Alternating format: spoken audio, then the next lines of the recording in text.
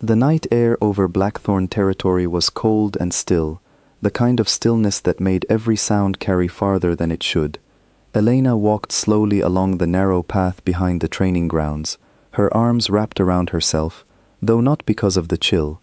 She had learned long ago that hugging her own body could hide the marks underneath her sleeves, at least for a little while. She was an Omega, the lowest rank in the pack, and she had spent most of her life being told, in one way or another, that she did not matter. It was never said outright. No one stood in front of her and declared it. Instead, it came in smaller ways, being shoved aside during pack meals, being left out of gatherings, being blamed for things she had not done. Tonight had been worse than usual. 3 of the higher-ranked wolves, warriors who answered to no one but the Alpha himself, had cornered her near the old barracks and reminded her, with their hands and their voices, exactly where she stood among them. She did not cry. She had stopped crying a long time ago, because tears never changed anything.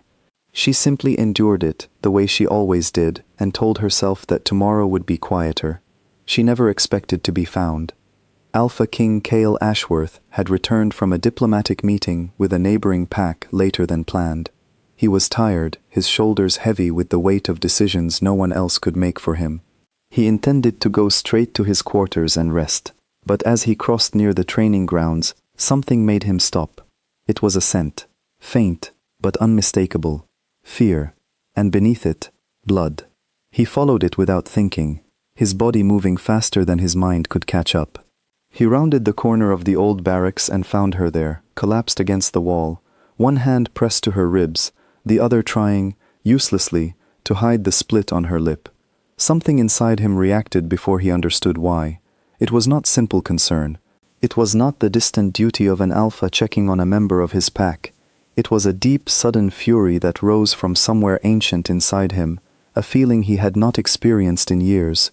His wolf, usually calm and controlled, surged forward with a force that made his claws extend without his permission. He knelt beside her, forcing his voice to stay gentle even as his hands trembled with restrained anger. "Who did this to you?" Elena flinched at the sound of his voice, more from habit than from fear of him specifically. She shook her head, refusing to answer. She had learned that naming names only made things worse. The pack protected its own, and an Omega's word meant little against a warrior's denial. "Please," she whispered, "it's nothing. I'll be fine." But it was not nothing, and both of them knew it. Cale studied her face, the bruises forming along her cheek, the way she held herself, as though any sudden movement might break something already cracked. His wolf paced inside him, restless and demanding, pushing him to act immediately. He had led this pack for over a decade. He had seen violence, had dealt with disputes and challenges and even war, but nothing had ever struck him the way this did. And then, beneath the scent of fear and pain, he noticed something else, something faint, something that had been there all along without him realizing it. A thread of familiarity, a pull he could not explain, curling gently around his senses. His wolf went still for a moment, and then let out a sound low in his chest, something between a growl and a whimper. Recognition. Elena was his mate. He said nothing about it then. There was no time. His fury over her injuries outweighed everything else, and he knew that revealing something so significant now, when she was hurt and frightened, would only overwhelm her further. Instead, he gathered her carefully into his arms, ignoring her weak protest that she could walk on her own. "You're not walking anywhere tonight," he said, his voice firm but not unkind. "Not until I know you're safe." He carried her to the healer's quarters first, waiting outside the door with a tension that made the healer's assistant nervous just from being near him. When the healer finally opened the door to say that Elena would recover, that nothing was broken, only bruised, Cale felt only a fraction of relief. The rest of him was consumed with something colder, something that demanded answers. He called for the pack to gather. Word spread through Blackthorn territory faster than fire through dry grass. The Alpha King never summoned the entire pack in the middle of the night unless something serious had happened. Wolves emerged from their homes, some still half asleep, gathering in the wide clearing at the center of the territory. Whispers passed between them, questions with no answers yet. Cale stood before them, his expression unreadable. though anyone who looked closely could see the tightness in his jaw, the way his eyes held a faint golden shimmer that only appeared when his wolf was close to the surface. "Tonight," he said, his voice carrying easily across the clearing without needing to be raised, "one of our own was hurt, beaten, and left to hide her pain because she believed no one would care enough to help her." A ripple of unease moved through the crowd. No one spoke.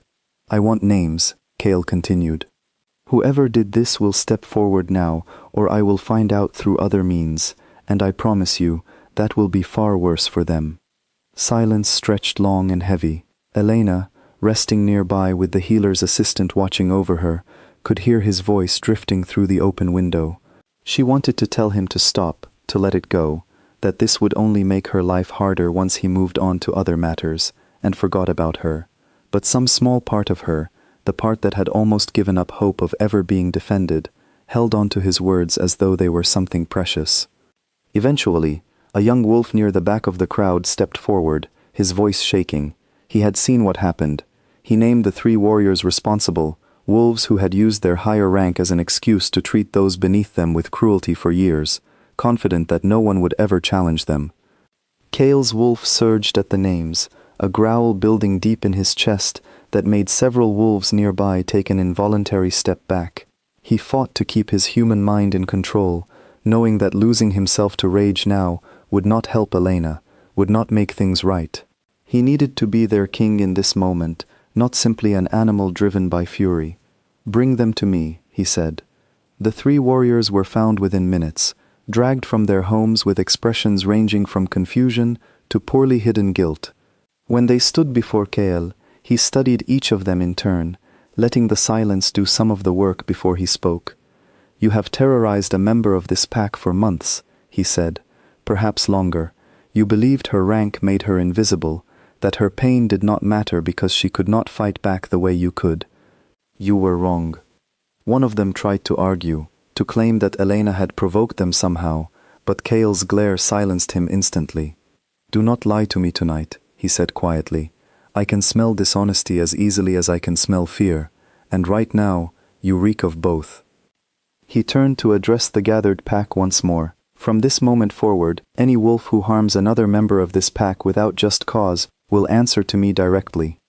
Rank does not grant permission for cruelty. Strength is not an excuse to hurt those who cannot fight back. I will not tolerate it, not from anyone, regardless of how long they have served this pack." He stripped the 3 warriors of their rank on the spot, a punishment that carried deep shame among wolves who valued position and respect above almost everything else. 2 of them were banished from Blackthorn territory entirely, forbidden from ever returning. The 3rd, younger and clearly more remorseful than the others, was given a chance to prove himself again from the lowest position in the pack, a mercy Cale was not required to give, but chose to anyway. When it was finished, the crowd dispersed slowly, murmuring among themselves, shaken by the intensity they had witnessed from their king. Cale did not linger to watch them go. His attention had already returned to the healer's quarters, to the woman resting inside who did not yet know what she meant to him. He entered quietly, finding Elena awake, sitting up carefully against a pile of pillows, her eyes wide with uncertainty, as he approached. "You didn't have to do all that," she said softly. "Now they'll only resent me more." "They will not have the chance," Cale said, settling into the chair beside her bed. "They are gone. The ones responsible will not return to this territory." Elena stared at him, searching his face for some sign that this was temporary, that his anger would fade and things would return to how they had always been. But she found none, only steady, quiet resolve. "Why?" she asked finally. "Why did this matter so much to you? I'm no one important. I'm an Omega. There are dozens like me." Cale was quiet for a long moment, choosing his words carefully. He had never been good at expressing things gently, more accustomed to giving orders than sharing feelings. But something about her question, the genuine confusion behind it, made him want to try. "When I found you tonight," he said, "something in me reacted in a way it never has before. Not just anger at what was done to you, though that was there too. Something deeper, something my wolf recognized before I did." Elena's breath caught. She had heard stories, of course, Tales passed between pack members about mates, about the rare and powerful bond that connected two wolves meant for each other. She had never imagined it might happen to her, and certainly never with someone like Kale. "You're my mate," he said simply, watching her reaction closely. "I don't expect you to understand what that means right away, or to feel the same pull I do, but I needed you to know, and I needed you to know that no matter what happens between us, you are not invisible, not to this pack, and not to me." Tears finally came, the ones she had refused to let fall for years. She did not know if it was relief, or shock, or something gentler beginning to bloom despite her fear of hoping for too much. Kale reached out slowly, giving her every chance to pull away, and gently wiped one tear from her cheek. "I won't rush you," he said. "I know trust isn't something that happens overnight, especially after everything you've been through, but I want the chance to earn it. I want you to see that you deserve more than what this pack has given you so far." Over the following weeks, Kale kept his word. He visited her often, not as her alpha checking on an injured pack member, but as someone genuinely interested in her thoughts, her healing, her slow return to strength. He made sure she was moved to better quarters, closer to his own, and made it clear to the entire pack that she was under his personal protection. Elena watched, cautiously at first, as the way others treated her began to shift. Wolves who had once ignored her now offered polite greetings. Those who had once looked down on her now hesitated before speaking carelessly, aware that the Alpha King's attention was fixed firmly on her well-being. It was not an instant transformation. Old wounds, both physical and emotional, took time to heal.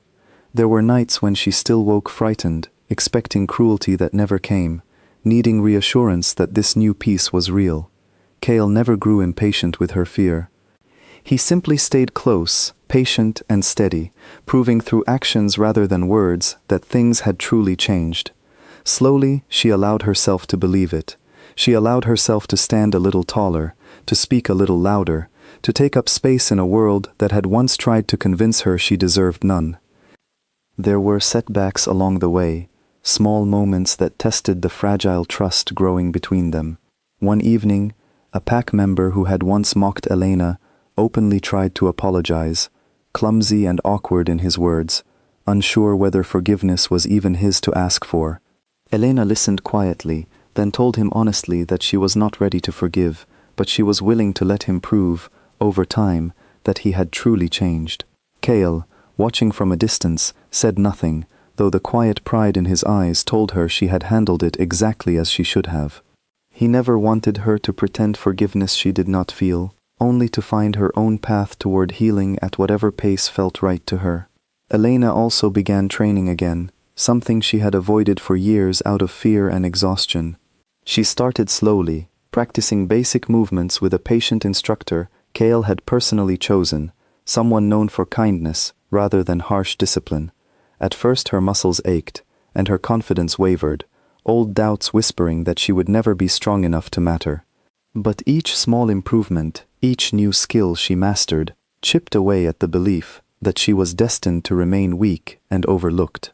Kale attended some of her sessions quietly, never interfering, simply present, offering steady encouragement whenever she doubted herself.